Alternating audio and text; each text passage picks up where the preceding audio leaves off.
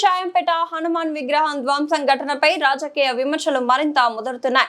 ఈ ఘటనలో ఎమ్మెల్యే నాయని రాజేందర్ రెడ్డి ఆదేశాల మేరకు దాడి జరిగిందంటూ బీఆర్ఎస్ మాజీ ఎమ్మెల్యే దాస్యం వినయభాస్కర్ చేసిన వ్యాఖ్యలపై కాంగ్రెస్ నేతలు తీవ్ర ఆగ్రహం వ్యక్తం చేస్తున్నారు.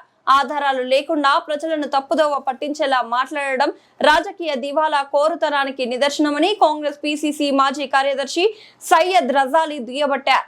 దాస్యం వెంటనే తన వ్యాఖ్యలను ఉపసంహరించుకొని బేషరతుగా క్షమాపణలు చెప్పాలని రాజాలి డిమాండ్ చేశారు. అభివృద్ధి సంక్షేమమే కాంగ్రెస్ ప్రభుత్వ లక్ష్యమని, ఇందిరమ్మ ఇండ్లు, ప్రజా సంక్షేమ పథకాలు, అభివృద్ధితో పనులతో డివిజన్లలో ప్రజా ప్రభుత్వం ముందుకు సాగుతోందన్నారు.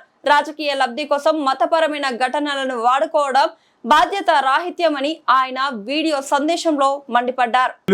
బీఆర్ఎస్ జిల్లా అధ్యక్షుడు దాస్యం వినయభాస్కర్ గారు కాంగ్రెస్ పార్టీ ఎమ్మెల్యే నాయని రాజేందర్ రెడ్డి గారి మీద విమర్శలు చేస్తున్నారు.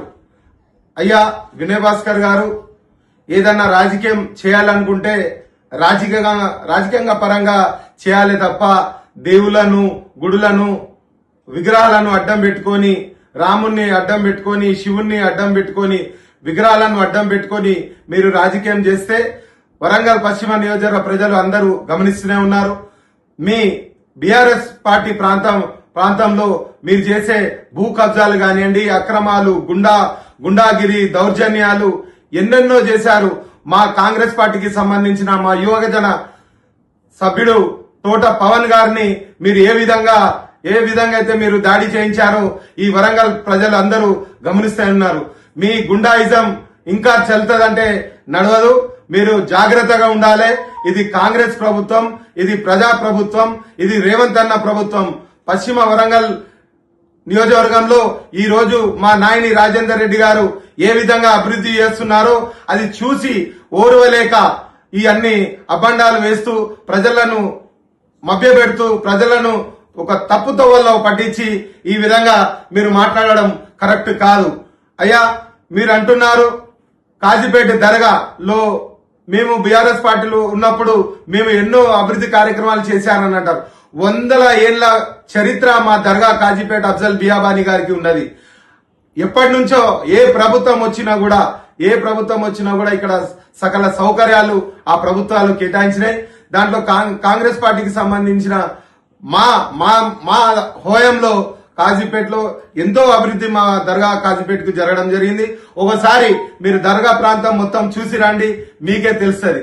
అదే విధంగా మా డివిజన్, మా 63వ డివిజన్ లో మేము కార్పొరేటర్ గా ఉన్నప్పుడు, మీరు ఎమ్మెల్యేగా ఉన్నప్పుడు కాజీపేట జమా మసీద్ కానివ్వండి, అక్కడ ఉన్న మా దానికి పక్కకే ఉన్న హనుమాన్ గుడిలో వర్షము పడితే హనుమాన్ గుడిలో మోరి నీళ్లు వేయటి, ఇటు జామా మసీద్ లో నీళ్లు పోయేటి మీరు కమిషనర్ గారితో 4-5 సార్ల 2.5 సంవత్సరాల్లో 4-5 సార్ల ఆ ప్రాంతానికి విజిట్ చేసి మీరు హనుమాన్ గుడికి చేసిందేంటి, మీరు జామా మసీద్ కి చేసిందేంటి? అదే ఒక్కటే విజిట్ లో మా నాయని రాజేందర్ రెడ్డి గారు విచేసి అక్కడున్న సీసీ రోడ్లు కానివ్వండి, అక్కడున్న డ్రైన్లు కానివ్వండి 15 రోజులనే పూర్తి చేసిన ఘనత మా నాయని రాజేందర్ రెడ్డి గారిది. ఇంకోటి, శివాలయం ములుగు ప్రాంతంలో శివాలయం గుడులన్నీ తవ్వుతానంటే ఎవరు తవ్వుతాను, ఎక్కడ తవ్వుతాను, ఏమి ఆధారాలు ఉన్నాయి, ఎవరు తవ్వుతాను అనేది మీరు చూసారా? గడ్డపారలు తీసుకుపోగా చూసిండ్రా, లేకపోతే పారలు ఎత్తుకోపోగా చూసిండ్రా? ఎవరు చూసిండ్రు? అది కూలగొట్టింది ఎవరు చూసిండ్రు? ప్రభుత్వ ఆదేశాల మేరకు జరుగుతాయి తప్ప ఏ ఒక్క ఎమ్మెల్యే ఈ ఆదేశాలు ఇయ్యరు. ఎందుకంటే ఏ దేవుడైనా, ఏ మతమైనా కాంగ్రెస్ పార్టీ అనేది ఒక సెక్యులరిజం పార్టీ. కాంగ్రెస్ పార్టీలో మతతత్వాలు ఏమీ ఉండవు. అన్ని దేవతలను, అన్ని మతాలను కలుపుకుపోయే పార్టీ మా కాంగ్రెస్ పార్టీ. అలాంటి పార్టీ మీద గెలిచిన నాయని రాజేందర్ రెడ్డి గారిని మీరు పట్టుకొని అలక్కులగ్గా గెలిచిండని అంటారు. ప్రజలు, వరంగల్ పశ్చిమ నియోజక ప్రజలు మీరు చేస్తున్న అన్యాయాలను, మీరు చేసే గుండాయిజంను, మీరు చేసే అక్రమాలకు, మీరు చేసే భూ కబ్జాలకు విసుగుపడి అక్కడున్న ఎడ్యుకేటెడ్ పీపుల్ కాబట్టి ఈసారి ఒక చదువుకున్న నాయకుడిని, ఒక సౌమ్యుడిని, ఒక మంచి ఎమ్మెల్యేగా చేసుకోవాలని నాయని రాజేందర్ రెడ్డి గారిని 15,000 మెజార్టీతో గెలిచిండు. అది మీరు ఒకసారి గుర్తుంచుకోవాలి దాస్యం వినయభాస్కర్ గారు. ఇంకా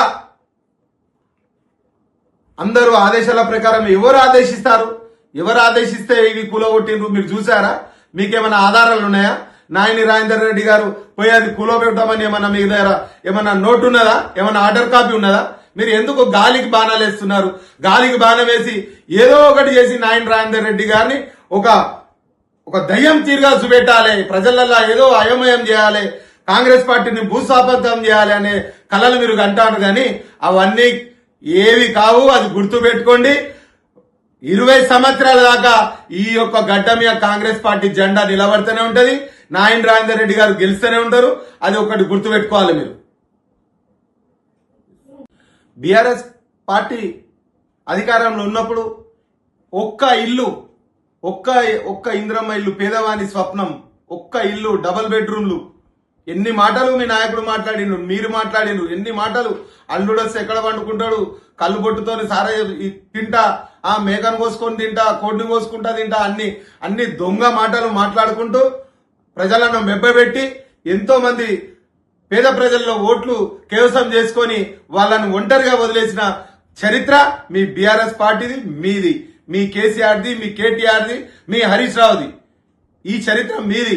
ఇవాళ నా డివిజన్ లో నేను చూసుకుంటే, మీరు అధికారంలో ఉన్నప్పుడు, మీరు ఎమ్మెల్యేగా ఉన్నప్పుడు 2.5 సంవత్సరాలు మీరు నాకు అభివృద్ధి చేయకుండా నేను ఎన్ని వినతి పత్రాలు ఇచ్చినా మీరు చేసింది ఏమీ లేదు.